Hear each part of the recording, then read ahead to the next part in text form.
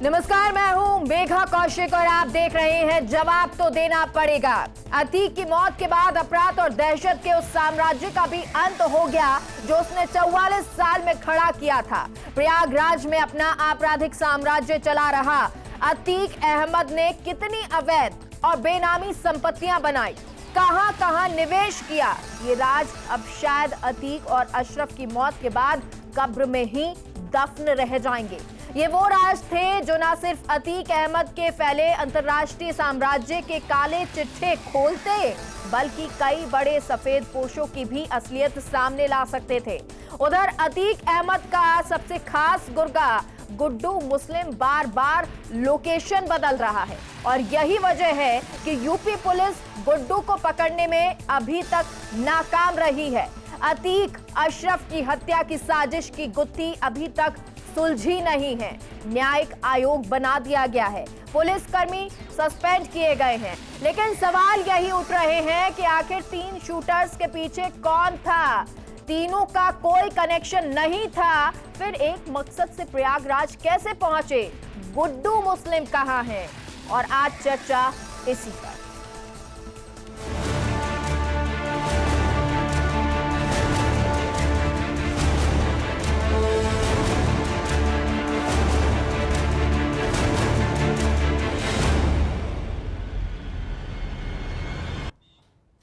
आज इस पर चर्चा करने के लिए हमारे साथ खास मेहमान जुड़ गए हैं। राजेंद्र मेघवाल जी, कांग्रेस नेता, शैलेंद्र गुर्जर जी, बीजेपी नेता, अनिल गोठवाल जी, रिटायर्ड पुलिस अधिकारी, और सुभाष शर्मा जी, विषय विशेषज्ञ। और सबसे पहले राजेंद्र मेघवाल जी और शैलेंद्र गुर्जर जी, आपसे सवाल। पहले शैलेंद्र जी, कहां है मास्टरमाइंड? कौन है मास्टरमाइंड?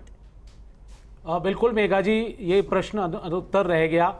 जो घटना हुई वो घटना होनी नहीं चाहिए, क्योंकि पुलिस अभिरक्षा में अगर हत्या होती है तो ये कहीं ना कहीं पुलिस की लापरवाही है। आप देखिए कि 6 साल में जिस तरह से उत्तर प्रदेश के माननीय मुख्यमंत्री योगी आदित्यनाथ जी ने माफियाओं की कमर तोड़ दी, अपराधियों को नेस्तनाबूद कर दिया और जो बाहुबली थे उनको धूल चटा दी। कहीं ना कहीं आप देखिए इसमें बहुत बड़ा षड्यंत्र मुझे दिखता हुआ लगता है, क्योंकि जो अतीक अहमद है और अशद अहमद है, ये अतीक जो है वो 5 बार का विधायक है, 1 बार का सांसद है, और जिन भी राजनीतिक दलों ने उनको पनपाया है, उनको टिकट दिए हैं, सांसद तक भेजा है, तो कहीं ना कहीं ये कड़ी जो है वहां तक जा रही थी और किस तरह से इसके अंतर्राष्ट्रीय कनेक्शन बाहर आ रहे थे। तो इस तरह कहीं ना कहीं लगता है कि ये किसी षड्यंत्र के तहत इनकी हत्या की गई है। लगता है सर आपको? निश्चित तौर पर यह जांच का विषय है और इसमें आपने देखा होगा कि पुलिस ने तुरंत कार्रवाई की है। जैसे ही उनपे पुलिस गोलियां दागी गई अभियुक्तों द्वारा। क्या कार्रवाई की गई सर? पुलिस ने जैसे ही उनको बचाने की कोशिश की, मीडिया कर्मियों को बचाने की कोशिश की, आपको मालूम है 15 से 18 सेकंड में 20 राउंड। तो ये होती कि जब वो गोली चला रहे थे तो उनके पैर में गोली मार दी जाती। निश्चित तौर पर जब पुलिस तैयार हुई तो पुलिस की क्या कार्रवाई इस पर? आप देखिए मेघा जी, 15 से 18 सेकंड में पुलिस कर्मियों ने अपने आप को संभाला, मीडिया कर्मियों को संभाला, अतीक अशरफ को बचाने की कोशिश की। 18 सेकंड, मात्र 18 सेकंड में जब तक उन्होंने अपनी पिस्टलें निकाली, उन्होंने अपनी पिस्टल फेंक के सरेंडर कर दिया। तो आप ऊपर किए कि हम सरेंडर करना चाहते हैं, तब पुलिस आती है और उनको पकड़ती है, और इस तरह से पकड़ती है। वो वीडियो तो सर सबके सामने है। बिल्कुल सबके सामने है। आपको यह भी ध्यान दिला देना चाहता हूं, सुप्रीम कोर्ट के निर्देश हैं, गाइडलाइंस है, जिसके तहत अगर कोई अपराधी सरेंडर चिल्लाने लग गया और सरेंडर करता है तो पुलिस गोली नहीं चलाती और मानवाधिकारों का ध्यान रखते हुए। क्या कर रही थी जब ताबड़तोड़ गोलियां चलाई जा रही थी? मेघा जी, अगर आपको मालूम हो जितने भी एनकाउंटर हुए हैं या जो भी अपराधी मारे गए हैं या माफिया मारे गए हैं, उसमें कानून के तहत मारे गए। अगर मैं आपको थोड़ी सी जानकारी दे दूं तो हमारी दंड प्रक्रिया संहिता की धारा 46 है, वो ये कहती है कि अगर अपराधी गिरफ्तार होने में आनाकानी करता है या गिरफ्तार होने से बचता है तो कार्रवाई की जा सकती है। अगर गिरफ्त में से भागने की कोशिश करता है पुलिस के, तो फिर बिल्कुल उसके बाद कार्रवाई होगी। निश्चित तौर पे हमने बताया आपको इसमें मेघा जी, निश्चित तौर पे पुलिस प्रशासन की कहीं ना कहीं चूक है। लेकिन यही मैं आपको बताना चाहता हूं कि माफिया उत्तर प्रदेश में किस कदर डरा हुआ है, अपराधी किस तरह भयभीत है। ये तो आप मान रहे हैं कि लापरवाही कहीं ना कहीं पुलिस की रही है, ये तो शैलेंद्र जी आप मान रहे हैं? देखिए, जो घटनाक्रम हुई है उसमें मैं मान ही रहा हूं कि कहीं ना कहीं पुलिस प्रशासन से चूक हुई है, क्योंकि पुलिस अभिरक्षा में इस तरह की हत्या नहीं होनी चाहिए, यह सही नहीं है। लेकिन आप देखिए इसके पीछे का षड्यंत्र कि इनको मारने वाले कौन हैं, क्यों अतीक और अशरफ को मारा गया, कहां तक नेटवर्क जा रहा था, किन किन राजनीतिक दलों से ये विधायक सांसद थे, कहां तक इंटरनेशनल इनके आईएसआईओ से संबंध थे, वो सारी जब कड़ी खुलने वाली थी पुलिस गहनता से पूछताछ कर रही थी। और जिन अपराधियों ने मारा है उनको भी बख्शा नहीं जाएगा, आप देखिए उनको भी फांसी की सजा दी जाएगी जो भी कानून के। शैलेंद्र जी, किससे षड्यंत्र नजर आ रहा है, कहां ये षड्यंत्र आपको लगता है? बीजेपी को कहां पर ये षड्यंत्र नजर आ रहा है, किसका षड्यंत्र? निश्चित आप देखिए ना, जिस तरह से आप खुद ही ने आपने इसके ओपनिंग स्टेटमेंट थे मेघा जी आपके, 42 सालों में उसने अपना साम्राज्य खड़ा कर दिया, लास्ट 25 सालों में उसने अपने आप को इतना बड़ा माफिया घोषित कर दिया कि वो सरकारों के बराबर खड़ा होने लग गया। सरकारें उसको जो भी सापा हो चाहे बसपा हो उनको विधानसभा और राज्यसभा भेजने लग गई। तो ये कनेक्शन कहीं ना कहीं राजनीतिक लोगों तक जा रहा था, कहीं ना कहीं फाइनेंसर तक जा रहा था, कहीं ना कहीं पाकिस्तान तक जा रहा था जहां आईएसआई तक भी उसके मिले होने का संदेशा हुआ था। तो इसमें कहीं ना कहीं ऐसा षड्यंत्र है या इसके इतने दुश्मन हो चुके थे क्योंकि इसने हजारों कांग्रेस ये कह रही है कि इस तरह के कानूनी सजा देनी चाहिए लेकिन कानून हाथ में नहीं लेना चाहिए। मैं आपको एक बात और बता दूं, इसमें जिस तरह से उसने अपने जीवन काल में हजारों लोगों पे अत्याचार किए, प्रताड़ना दी, किस तरह से उसने हत्याएं की, किडनैप की, बिल्कुल सही है। वसूली की, तो कहीं ना कहीं दुश्मनी भी कहीं होती है। हिसाब हो गया। राजेंद्र जी बताइए। देखिए मेघा जी, उत्तर प्रदेश में रूल ऑफ लॉ नहीं है एक्चुअली, और वहां पर मतलब व्यवस्था को पूरी तरीके से न तो संविधान के अनुसार चलाया जा रहा है ना लोकतंत्र के अनुसार चलाया जा रहा है। वहां एक जंगल राज है और जो उत्तर प्रदेश के मुख्यमंत्री हैं वो बिल्कुल निरंकुश तरीके से अपनी पुलिस को, जिस तरीके से पुलिस स्टेट बना दिया, जिस तरीके से चला रहे हैं, क्योंकि पुलिस कस्टडी के अंदर जो गंभीर अपराधी हैं उनको इतना खुलेआम ले जा रहे थे और उनके साथ में मीडिया जिस तरीके से चहलकदमी करते हुए पाए गए, तो इसके अंदर निश्चित रूप से यह बहुत बड़ा षड्यंत्र है और इसको यह तरीका सही नहीं है, क्योंकि अपराधी को मारने के लिए 3 अपराधियों ने मारा और वो 3 गैंगस्टर बन गए और उनकी उम्र देखिए आप, 22 साल, 23 साल और 18 साल। आज उनमें से नशेड़ी है, बड़े बड़े अपराध है। 14 से एक को कांस्टेबल की हत्या के आरोप में है, किसी के ऊपर 14 मुकदमे, किसी के ऊपर 4 मुकदमे। अरे भाई पुलिस को पता नहीं है क्या? हिस्ट्री सीटर लोग हैं, वो उनके आसपास घूम रहे हैं। षड्यंत्र है। अब आपको क्या लगता है किसका षड्यंत्र? मैं आपको बता रहा हूं कि यूपी के अंदर योगी आदित्यनाथ जी का पूरा कार्यकाल आप देखो तो आपको पता चलेगा। आदित्यनाथ जी खुद एक अपने खुद के ऊपर जब इतने सारे मामले थे उन्होंने अपने मामले खुद निपटाए। चलो छोड़िए, मेरा ऑब्जेक्शन है। नहीं मेरा जी, मेरा ऑब्जेक्शन है। क्या मामले थे मैं पूछना चाहता हूं। मेरे कांग्रेस प्रवक्ता यहाँ झूठे बयान नहीं दे। आज कानून व्यवस्था यूपी में, आप 6 साल से पहले का हाल देख लीजिए उत्तर प्रदेश का और आज हाल देख लीजिए। बाहुबलियों को धूल चटा दिया, माफियाओं का राज खत्म करा दिया, अपराधियों को जेल में ठूस दिया। आप क्या आरोप लगा रहे हो? आप गलत बात कर रहे हो। सच्चाई रखो, सही तथ्य रखो। कांग्रेस पार्टी हमेशा गलत तथ्यों के साथ आती है। मतलब गंभीर आरोपी है। आप मेरे को एक बात बता दीजिए, योगी आदित्यनाथ के पिछले कार्यकाल के अंदर एक जाति विशेष के गैंगस्टर्स को चुन चुन के मारा गया और अब ये धर्म विशेष को मार रहे हैं। मैं ये कह रहा हूं कि कानून अपना काम करे। कितने दंगे हुए हैं यूपी में ये बता दीजिए। मेरी बात सुनिए, दंगा करने वाले सरकार में दंगे होंगे कैसे? दंगा करने वाले सरकार में शर्म आनी चाहिए। किस तरह की भाषा का प्रयोग कर रहे हैं कांग्रेस प्रवक्ता, किस तरह की भाषा का प्रयोग कर रहे हैं? ये निंदनीय है। ये राजस्थान का प्रतिष्ठित चैनल है, इस तरह की भाषा का प्रयोग कर रहे हैं, तभी जनता ने आपको थप्पड़ मारा है। जनता ने आपको चुनाव में धूल चटा दी है जब वोट नहीं मिले कांग्रेस पार्टी को। यूपी में क्या हाल हुआ है आपका? 2 सीटें नहीं है आपकी यूपी में, जमानतें जब्त हो चुकी है 300 से ज्यादा। अपराधियों ने ऐसा किया है। अपराधियों ने किया है ना, तो अपराधी उनके सगे थे क्या पुलिस वालों के? उनको क्यों उनके साथ में घूमने दिया गया? आप बताइए ना मुझे। रात के 11 बजे कहां लेके जा रहे थे भैया? आप सोचिए ना। मैं मेगा जी इसमें इंटरफेयर करना चाहता हूं। लेकिन आप देखिए बड़ा हास्यास्पद, नहीं ये अपराधी ना, आप तैयारी करके आइए राजेंद्र जी, आप तैयारी करके आइए। वो घूम नहीं रहते, वो घूम नहीं रहते। कोर्ट का आदेश है, आपको पता है नहीं? कोर्ट का आदेश है कि 24 घंटे में अपराधियों के साथ खड़े होना चाहिए। जब उन्होंने कहा कि आप इंटरफेयर कराइए तो उनको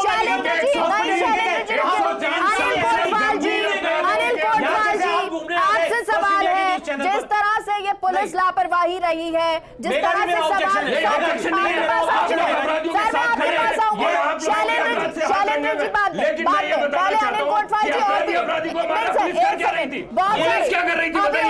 बाकी है सर, अभी नहीं और लोगों से बातचीत करने दीजिए, उसके बाद आएंगे आपके पास। आप दोनों अपनी बात रखिएगा। अनिल गोठवाल जी, राजेंद्र जी जो कह रहे हैं, शैलेंद्र जी जो कह रहे हैं, उन चीजों को लेकर जवाब दे दीजिए। देखिए मैडम, ये बात सही है कि कहीं ना कहीं पुलिस की गंभीर चूक है। अब दर्शक या जनता ये जानना चाहती है कि भाई फायर ऑफ एक्सचेंज उनके साथ क्यों नहीं किया गया? अपराधी जब ताबड़तोड़ फायरिंग कर रहे थे तो उनको रोका क्यों नहीं गया? दूसरा, रात को ये मेडिकल कराने क्यों ले गए, दिन में क्यों नहीं ले गए? अच्छा, और उसके बाद में क्या इन्होंने रिकवरी की, मतलब ये है। और मैं अब जहाँ तक मेरा अनुभव है पुलिस का, एक हमारे सामने बैरियर आता है कि सबसे प्राइमा फेसी तो जो प्रेस मीडिया है उससे इनको क्यों मिलाया गया। नंबर एक, उसको दूर करते ये उसी मीडिया का भेष बना के और इसमें आए। और हाँ, ये है कि इसको पहले जनता के अंदर ये एक भ्रम था कि शायद पुलिस एनकाउंटर करेगी, लेकिन हुआ उल्टा कि कोई अपराधी, जो नया अपराधी अपना साम्राज्य स्थापित करना चाहते हैं, यंगस्टर्स, जैसे कि अतीक ने किया था 17 साल की उम्र में, ऐसे ही 17 साल 18 साल के 22 साल के बच्चों ने अपना साम्राज्य के हम इसको मार देंगे 4 दिन की तैयारी है। मैं ये मानकर चलता हूँ कि इसके अंदर गंभीर लापरवाही है, लेकिन ये एक स्वतंत्र प्रेस मीडिया को बताने के लिए एक्सेस को इतना चेक नहीं किया जा सकता, ये मैं मानता हूँ। और प्रेस को रोका भी नहीं जा सकता है कि प्रेस रुक जाए हमारे कहने से, ये बात सही है। लेकिन मैं ये मान के चलता हूँ कि ये पॉलिटिक्स और माफिया का गठजोड़ है, ऑफिसर्स और माफिया का गठजोड़ है, और पुलिस और माफिया का गठजोड़ है। ये नेक्सस के बारे में माननीय सुप्रीम कोर्ट ने रंगनाथन कमेटी की एक रिपोर्ट प्रस्तुत कराई थी। आज तक केंद्र सरकार और राज्य सरकारों ने उसको लागू नहीं किया। उसके अंदर बिल्कुल साफ है कि पुलिस को कैसे इंडिपेंडेंट रूप के अंदर रखा जाए, उनकी क्या सिचुएशन हो, क्या उनके अधिकार हो, उनके ट्रांसफर पोस्टिंग पॉलिसीज के बारे में हो। ये कोई भी राजनीतिक दल इसमें करना नहीं चाहता। ये और क्योंकि शायद आप देखिए कि आज भी संसद के अंदर आपराधिक पृष्ठभूमि के ये राजनीतिक दल को सोचना पड़ेगा कि वो उनको टिकट नहीं दे, खड़ा नहीं करे, टिकट नहीं देना चाहिए। सुभाष शर्मा जी, बीजेपी कहती है षड्यंत्र है उन लोगों का जिनके राज खोल सकते थे, विपक्ष कहती है ये तो करवाया गया है सरकार की तरफ से। क्या अब इस पूरे मामले में राजनीति नहीं हो रही है? नहीं, राजनीति तो अब हमारे देश में हर चीज पे होती है, और इसमें कोई शक नहीं कि हर पार्टी जो है वो अपनी अपनी सहूलियत से अपनी अपनी जिसको कहते हैं कि यहाँ हम ठीक हैं, हम कंफर्ट में हैं, तो कंफर्ट जोन के हिसाब से वो बयान देते रहते हैं। जहां तक बात ये सारी जो अभी चल रही थी, आपके पैनलिस्ट भी बातें कर रहे हैं, आप ही के चैनल पर एक प्रोग्राम के दरमियान उदयपुर में जब कन्हैयालाल टेलर को सर तन से जुदा किया गया था, तो मैंने ये कहा था कि दिस इज वेकअप कॉल, और ये वेकअप कॉल आपके सामने है। अब ये जो विभिन्न घटनाएं हैं, ये आप इनको जोड़ के देखिएगा। देश में जिस तरह का माहौल बन पड़ा है, इसमें सहूलियत की जो बात हम कह रहे हैं वो यहां इसलिए भी कह रहे हैं कि जब कन्हैयालाल टेलर की हत्या होती है, या उमेश कोले की हत्या होती है, या कमलेश तिवारी की हत्या होती है, या नुपुर शर्मा का और नवीन जिंदल का मामला आता है, तो पॉलिटिकल पार्टीज सत्य की बात करने के बजाय, न्याय की बात करने के बजाय अपनी अपनी सहूलियत से, अपने अपने कंफर्ट जोन के हिसाब से बात करते हैं, धार्मिक रंग दे देते हैं, और राजनीतिक रंग तब दे देते हैं जब उनको सूट कर रहा होता है। अदरवाइज वो कीप मम। वो कहीं कोई राजनीतिक पार्टी का मतलब ये नहीं होता कि आप केवल सत्ता प्राप्ति के लिए संघर्ष कर रहे हैं, या आपका केवल एक ही नारा है कि सीट हमको चाहिए। राजनीतिक पार्टी का मतलब है आपका नाम ही राजनीतिक पार्टी है, राज करना। तब आप राज करने नीति के साथ करना, नीति के साथ जाना है आपको। सत्य आप में कहीं है नहीं, सत्य की बात आप कभी करते नहीं। जब कभी आपको कहने की जरूरत पड़ती है तब आप कहते नहीं। जब यही जो मैंने आपको घटनाएं बताई हैं, इनमें इन्हीं राजनीतिक पार्टियों के बयान यदि आते, अच्छे से आते, यही असदुद्दीन ओवैसी जो अब बिलबिला रहे हैं, ये इन घटनाओं के ऊपर चुप थे। पाल घर में साधु कहते हो, आप देखिए जरा किसने बोला, सब चुप हो जाते हैं। अब इसको राजनीतिक रंग नहीं देते हैं। ये एक, क्योंकि एक क्रिमिनल था, गैंगस्टर था, खत्म हुआ, ये अच्छा हुआ, लेकिन जिस तरह से हुआ उस पर बहुत सारे सवाल हैं। शैलेंद्र जी, आप कुछ कह रहे थे, उस पर जवाब दीजिए। मेघा जी, मैं बताना चाहता था, जो हमारे काबिल मित्र हैं, बहुत विद्वान हैं, कांग्रेस प्रवक्ता, वो ये कह रहे थे कि वहां घूमने क्यों चले गए रात में। अरे भाई, कोर्ट का आदेश है, कोर्ट ने कहा है कि इसकी हर 24 घंटे में मेडिकल होना चाहिए। जब उन्होंने कहा हमारी तबीयत हमें ठीक नहीं लग रही, मेडिकल के लिए ले गए, क्योंकि जब कोर्ट में पेश किया जाता है तब ये कहते हैं कि भाई पुलिस वालों ने हमारे साथ टॉर्चर किया है, मारपीट की है। तो ये कोर्ट का आदेश था। तो पहले आप फिजूल की बात ना करें। नहीं, आप देखिए ना, आप थोड़ा बहुत कानून पढ़िए, अगर वकील है थोड़ा सोच समझ के बोला करें, सोच समझ के बोला करें। आप बिल्कुल नहीं, गलत बात अपने काले कारनामों पे पर्दा डालने की कोशिश ना करें। मैंने आपके ओपनिंग स्टेटमेंट में ऐसे डिबेट नहीं होगी मेघा जी, या तो इनको सुन लीजिए, मुझे सुन लीजिए। अपराधियों के साथ खड़े हैं, इसका डिबेट नहीं पूरी करता तरीके से इस तरह की डिबेट नहीं करता।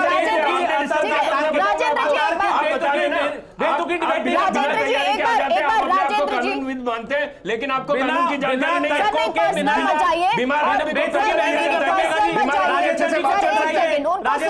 जवाब आप दे दीजिएगा, आप दे दीजिएगा, आपको भी टाइम देंगे। जब मैं बोल रहा हूं तो आप बीच में बोल रहे हैं, मर्यादा खराब कर रहे हो, आप बेतुके बयान दे रहे हो। नहीं, बेतुके बयान तो बेतुके बयान है। अपनी आप कह रहे हो घूमने गए थे क्या रात को? अरे घूमने गए थे, कोर्ट का आदेश था।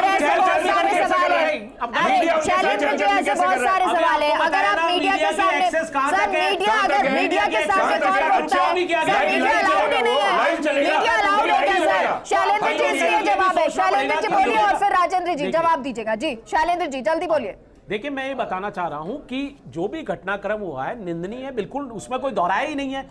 और जिस हिसाब से मैंने आपको षड्यंत्र बताया, क्योंकि जो तीनों अपराधी थे वो बहुत ही सामान्य और गरीब परिवार से हैं। उनके हालात आप देखेंगे, एक सनी जो हमीरपुर जिले का है, लवलेश बांदा जिले का है, अरुण कासगंज जिले का है, बहुत ही साधारण गरीब परिवार सर, इसीलिए तो मास्टरमाइंड कौन है पूछा जा रहा है। अब यही पता लगेगा ना, पुलिस जांच कर रही है और मास्टरमाइंड को पता लगाएंगे और उसको बिल्कुल सलाखों के पीछे बैठेंगे। मेघा जी, मैं आपको इस चैनल के माध्यम से कहना चाहता हूं, इन जो भी षड्यंत्र किया गया है इन तीनों के द्वारा, मतलब इन तीनों के पीछे कोई ना कोई मास्टरमाइंड है। क्योंकि जो पिस्टल बरामद हुई है वो 5-7 लाख की पिस्टल है, ये तो ला ही नहीं सकते। ठीक है, ये अपराधी हैं, छोटे मोटे अपराधी हैं, लेकिन जिस हिसाब से उनको एम्युनिशन दिया गया है तो इसमें कहीं ना कहीं इसके पीछे हाथ है और उसके पीछे आ भी रहा है कुछ ना कुछ। अभी मीडिया की खबरों गुड्डू मुस्लिम है या कोई और है या कोई और है, तो वो सारा जांच का विषय है, वो जांच का विषय है। और निश्चित तौर पे जो उसका माफिया है, सरगना है, उसको नहीं छोड़ेगी यूपी सरकार। आपने देखा होगा पहले 6 साल पहले यूपी की क्या स्थिति थी। उत्तर प्रदेश का नाम आते ही हम सोचते थे बाहुबलियों का देश, अपराधियों का देश, दमंगाइयों का देश, गुंडों का राज्य। आज आप 6 साल में स्थिति ऐसी हो गई, शांति प्रिय हो गई। हिंदुस्तान में शांति प्रिय देश हो गया यूपी, वहां विकास हो रहा है, औद्योगिकरण हो रहा है, महिलाएं सुरक्षित हो गई है, कानून का शासन है। नहीं होनी चाहिए ना, ऐसी स्थिति भी तो नहीं होनी चाहिए कि 2 गैंगस्टर को मारने के लिए 2-3 लोग अपराधी बन जाए। ये स्थिति भी नहीं होनी चाहिए। मीडिया के सामने कोई गोली मार देता है, धीरे धीरे कमी आ रही है। आप समझिए मेघा जी, जिस तरह से केंद्र में माननीय नरेंद्र मोदी जी ने एक और आपको आंकड़ा बता दूं, हमारे कांग्रेस प्रवक्ता जी की आंखें खुल जाए कि केंद्र में जब से नरेंद्र मोदी जी की सरकार आई है, आतंकवाद में 80% की कमी आई है, वामपंथी उग्रवाद में 70% की कमी आई है, अपराधीकरण अपराधियों में 50% की कमी आई है। ये तो राजस्थान है जब 9.25 लाख अपराध हो चुके हैं, राजेंद्र जी, मैं ये पूछना चाहता हूं, ये अपनी पीठ थपथपा रहे हैं। उत्तर प्रदेश के अंदर माफिया राज खुद सरकार ने पैदा किया है, वहां पे गैंगस्टर्स के साथ तो सरकार मिली हुई है, गैंगस्टर्स को ही तो ऑपरेट कर रही है सरकार। उन 3 लड़के जो छोटी उम्र के लड़के थे, 18, 22 और 23 साल के, उनको वहां पे प्रोजेक्ट किसने किया? उनके पास पिस्टल कहां से आई? तुर्की की पिस्टल, इंपोर्टेड। आप देखिए ना, जांच का विषय नहीं है। आप कहते हैं आपके जो योगी का इतना दबदबा है, तो वहां पे कैसे अपराध हो गया? देखिए, मैं बता रहा हूं कि ये लोग अपराधियों के साथ मिले हुए, और ये वास्तव में अपराधीकरण को बढ़ावा दे रहे हैं। इस तरह से अपराध नहीं खत्म होता। देखिए, अपराध को अपराधी नहीं मिटाएगा, अपराध को मिटाने का काम पुलिस का है। देखिए, पुलिस मिटाती है अपराध को, अपराधी को मिटाएगा तो वहां पे तो मतलब ये माफिया राज पनप जाएगा। और उत्तर प्रदेश में वास्तव में माफिया राज है। पिछले योगी जी के कार्यकाल में एक जाति विशेष के गैंगस्टरों को मारा गया, चुन चुन के मारा गया। मैं जाति का नाम मेंशन नहीं करना चाहता। लो ना, आप लीजिए, मैं भी आपको बताता हूं। देखो, राणा की जाति का था, राणा को खत्म किया। तिनका है, दुबे की जाति का था, विकास दुबे की जाति का था, खत्म किया। शुक्ला की जाति का था, उसको खत्म किया। आप जाति पे मत जाइए, जाति पे मत जाइए। अपराधी अपराधी होता है और अपराधी के रंग देखिए,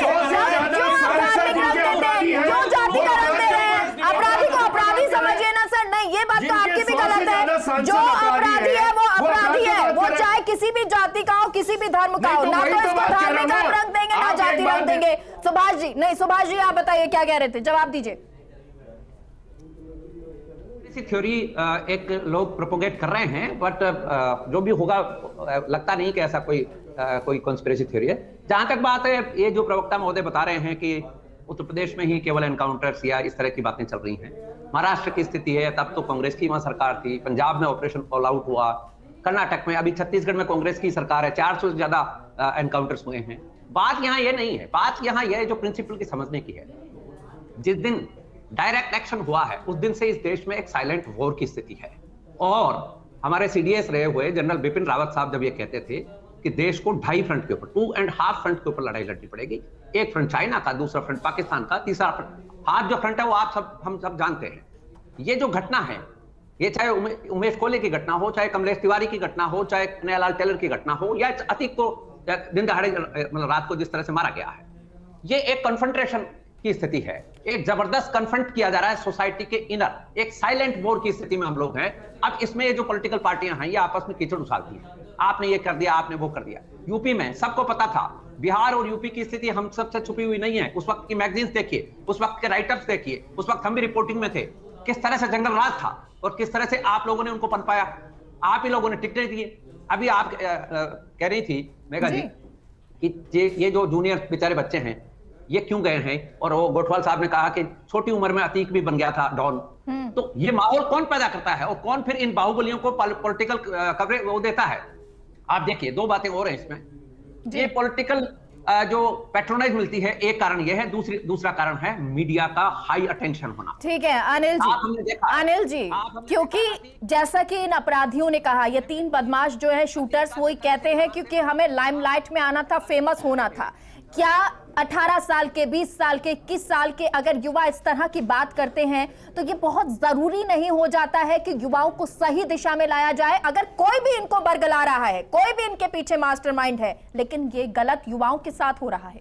देखिए, हमारा जो इंडिया का जुडिशरी क्रिमिनल जस्टिस सिस्टम, उसके अंदर पुलिस भी है, प्रोसिक्यूशन भी है, जजेज भी है, न्यायालय भी है, आपके कोर्ट्स भी हैं, ये सारी चीज़ें हैं। इसके अंदर जब तक न्याय, त्वरित न्याय नहीं मिलता है, लोग बाग आज चाहते हैं कि त्वरित न्याय मिले, कि आज उसको न्याय की भी एक प्रोसेस है, उसके अंदर कोर्ट्स को भी अपना टाइम लगाना पड़ता है।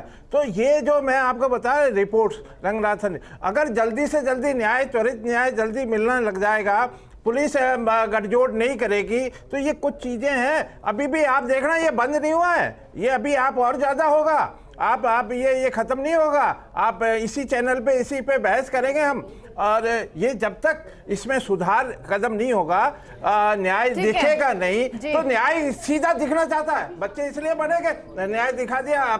ठीक है राजेंद्र जी, जल्दी से इनकार नहीं किया। राजेंद्र जी, जल्दी से आपसे जानना चाहेंगे, ये तो आप मानेंगे, ये तो तारीफ करेंगे कि जो एनकाउंटर भी यूपी में हो रहे हैं, जिस तरह से अपराधियों पर लगाम कसी जा रही है, उससे एक अपराधी डरा भी है, और उसी तरह राजस्थान भी उसी फ्लो में चल रहा है, उसी राह पर जा रहा है। देखिए, आपने अगर करीबन विगत 3-4 महीनों के नोटिस किया होगा तो करीबन 5137 जो पुलिस टीम है, उन्होंने 13,600 ठिकानों पर दबिश देकर 20,542 हार्डकोर क्रिमिनल्स को पकड़ा है, और उसके अंदर मार्च माह में 9% अपराधों में कमी आई। तो सरकार बुरी तरीके से है। 2023 के अंदर हमारे यहां पे पुलिस एनकाउंटर तब करती है जब जो अपराधी है वो फायर करता है, तो गोली का जवाब गोली देती है। इसका मतलब ये नहीं है, देखिए मैं आपको कह रहा हूं कि अपराधी, देखिए कानून चलता है संविधान से, और यहां पर किसी की इच्छा से नहीं चलेगा, यहां पर कानून संविधान से चलेगा। पुलिस को तब तक फ्रीडम है कि वो एनकाउंटर करेगी जब अगर वो फायर आर्म्स का इस्तेमाल करेंगे या इस तरीके की बात करेंगे। शैलेंद्र जी, उत्तर प्रदेश को एक लाइन में क्लोजिंग कर दीजिए। कंपैरिजन मत कीजिए। शैलेंद्र जी, एक लाइन में क्लोजिंग। सर जी, शैलेंद्र जी जल्दी से बोल दीजिए, एक लाइन में क्लोजिंग। देखिए, सब जानते हैं कि राजस्थान में कितना अपराधीकरण हो गया, जंगलराज हो गया, और आप उसको एनकाउंटर की पहली बात सुनिए। अरे राजेंद्र जी, इसको पकड़े गए क्या? आप संख्या मत लीजिए, कभी पकड़े वो पकड़ा गया है, और जैसे कहते हैं ना, जो कर्म होते हैं उनकी चक्की धीरे चलती है, लेकिन उसमें बारीकी से पिसाई होती है और जिस तरह से अतीक ने जुर्म किए, जिस तरह अपराध किए, उसका अंत इस तरह से दिखाता है, ये संदेश देता है कि ये गैंग, ये आपराधिक प्रवृत्ति सही नहीं होती है। फिलहाल बहुत बहुत शुक्रिया आप सभी का हमसे जुड़ने के लिए। बुलेटिन में इतना ही। आप देखते रहिए फर्स्ट इंडिया न्यूज। नमस्कार।